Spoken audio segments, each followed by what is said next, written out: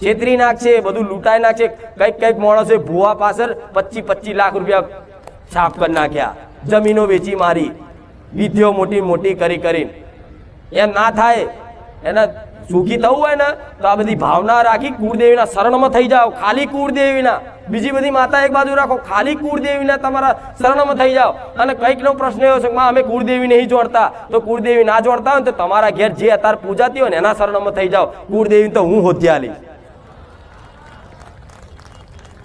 અત્યારે તમારા ઘેર કુળદેવી ના જોડતા હોય, કદાચ મહાકાળી પૂજાતી હોય ને તો એને કુળદેવી તરીકે માનો કે માં તું મારી કુળદેવી છું। અત્યારે મને આગળની ખબર નહીં, અને જો કદાચ તારા પહેલા કોઈ આગળની કુળદેવી હોય ને તો હું પૂજવા તૈયાર છું। તું માં તું લઈ આવજે, તું મને બતાવજે। તો તમારી માં જે દાડ બતાવે ને એ દાડ તું તમારો આંખો બંધ કરીને કરી દેજો।